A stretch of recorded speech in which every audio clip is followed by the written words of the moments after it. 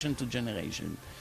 The next example, it's from the Talmud in the chapter of Brachot, page 32, speaking about the number of the stars in universe.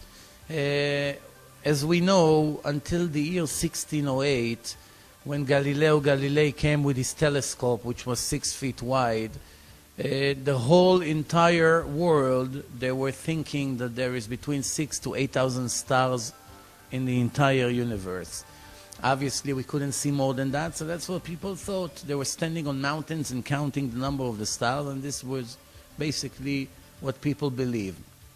When Galileo raised his telescope for the first time, they found that there are many more stars that we couldn't see. So the world understood that there are many more galaxies that we couldn't see until now. When we review the Gemara, the Talmud, we find something very interesting. The Gemara brings a conversation between God and the nation of Israel, of the chief rabbis of that time, and God saying to the chief rabbis, to the sages, I created 12 sections in heaven, 12 different sections. This is, by the way, where the horoscope is coming from, the signs and everything, the 12 signs. And in each section, I created 30 army. And in each army, I created 30 legion. And in each legion, I created 30 raton. And in each raton, I created 30 karaton. And in each karaton, I created 30 gistera. And in each gistera, I hung 365,000 multiplied by 10,000 stars, which is 4 more zeros. And all of that I created for the nation of Israel. And you have the nerve to ask, how did I forget you and how did I neglect you? So it's a conversation between the sages to God. They complain after the destruction of the second temple, dear God, how did you do that to us? And the answer of God is, this is what I created, and all of that I did for my children, the nation of Israel. As the Torah says in another place, you are my children, I chose you from all the nation to be mine. So it's clear in many different places. And I did all of that for you. And you have the nerve to think that I would ever leave you? Let's calculate together what it comes down to. 12 section, it's 12 times 30 times 30 times 30 times 30 times 30 times 365,000. Add 4 more zeros.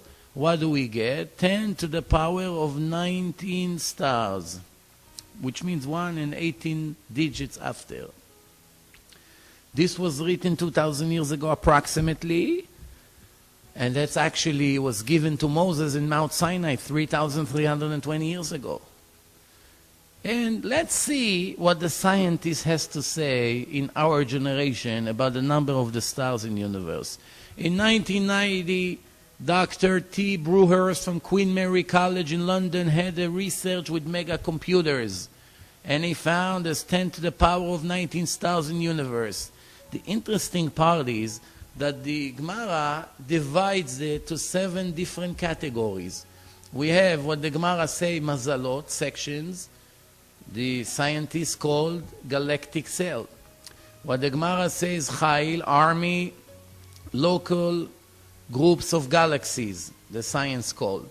What the Torah say legion, they call galaxies. What the Torah say raton, they call galactic areas. What the Torah calls karaton, they say groups of galaxies. What the Torah says gistera, they say globular group of stars. What the Torah says stars, they also call stars, which is very interesting. 7 sections, each one is inside the other, all together 10 to the power of 19 stars. Now let's think rationally. 2,000 years ago, the Gemara, the Babylonian Talmud in Babylon, was written after 1,300 years that the Jews transferred verbally from rabbi to student. Finally was concluded and written by the president of Israel, Rabbi Yehuda Anasi, the president. So over there, it gives us information that nobody could dream about. Nobody could dream 2,000 years ago to write such a number of stars. Actually, the Gentiles came to the Jews and say, you have to make up your mind. You said in the Torah that God blessed Abraham, that his descendants is going to multiply like the sand on the ground and like the stars in the universe. So it seems to be a contradiction here. What did God do with Abraham? Did he curse him or did he bless him? If we go by the sand on the ground, there are, who knows, trillions. If we go by the stars, there's only 6,000, maximum 8,000 stars. That's what they used to claim before Galileo. When 1608, when Galileo came, 400 years ago only, they were shocked. The Jews were always right. The Jews were answering them all these years. We don't go by what our eyes see. We go by the instructions of the Creator of the world gave us. We are not scientists. We came here, we only follow what the Torah told us. So it's very interesting. Because now they all found out that the Jews were right. The stars in the universe is plenty. 10 to the power of 19 stars. Obviously, a person was not able to write such a thing 2,000 years ago. As I move on, I'm getting to the next example. The next proof is the renewal of the moon. It's very interesting. Before we show the proof, that there are different ways of calculating the year. We go by the sun, we go by the moon, we can go by both of them. Muslims, they go by the moon only, which the year of the moon is 354 days.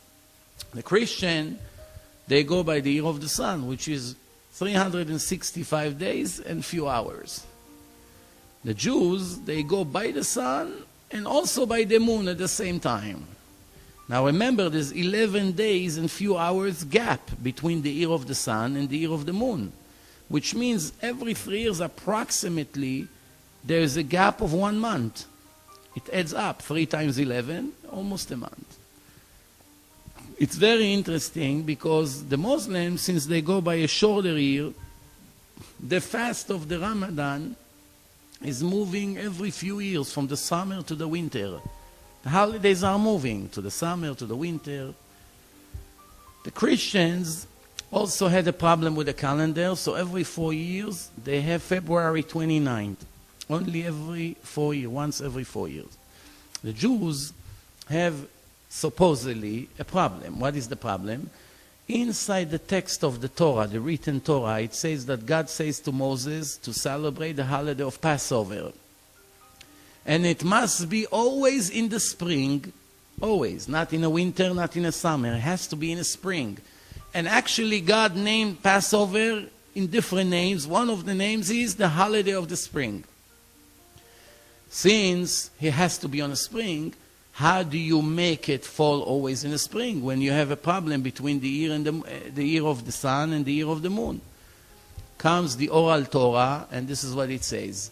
In the Midrash, it says, at that time, God taught Moses all the calculations of the moon and the year of the moon, and informed him how to calculate leap years. As the Torah says, observe the month of the spring and make Passover. Which means he had to teach him the secret how to balance between the year of the sun and the year of the moon. And it's very interesting. Every 19 years, the Jewish people push into the calendar seven extra months.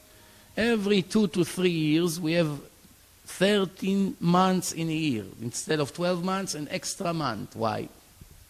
If Passover is about to fall short around March, when it's still cold, we pushed an extra month into the calendar, which makes it Adar Aleph and Adar Bet, duplicate. First Adar, second Adar. This is a Jewish month. So by doing that, we postpone Passover by a month and it falls in the spring.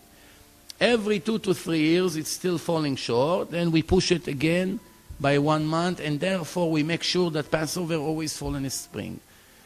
Now, after this introduction, let's go into the Gemara, into the Talmud, and chapter of Rosh Hashanah, the beginning of the year.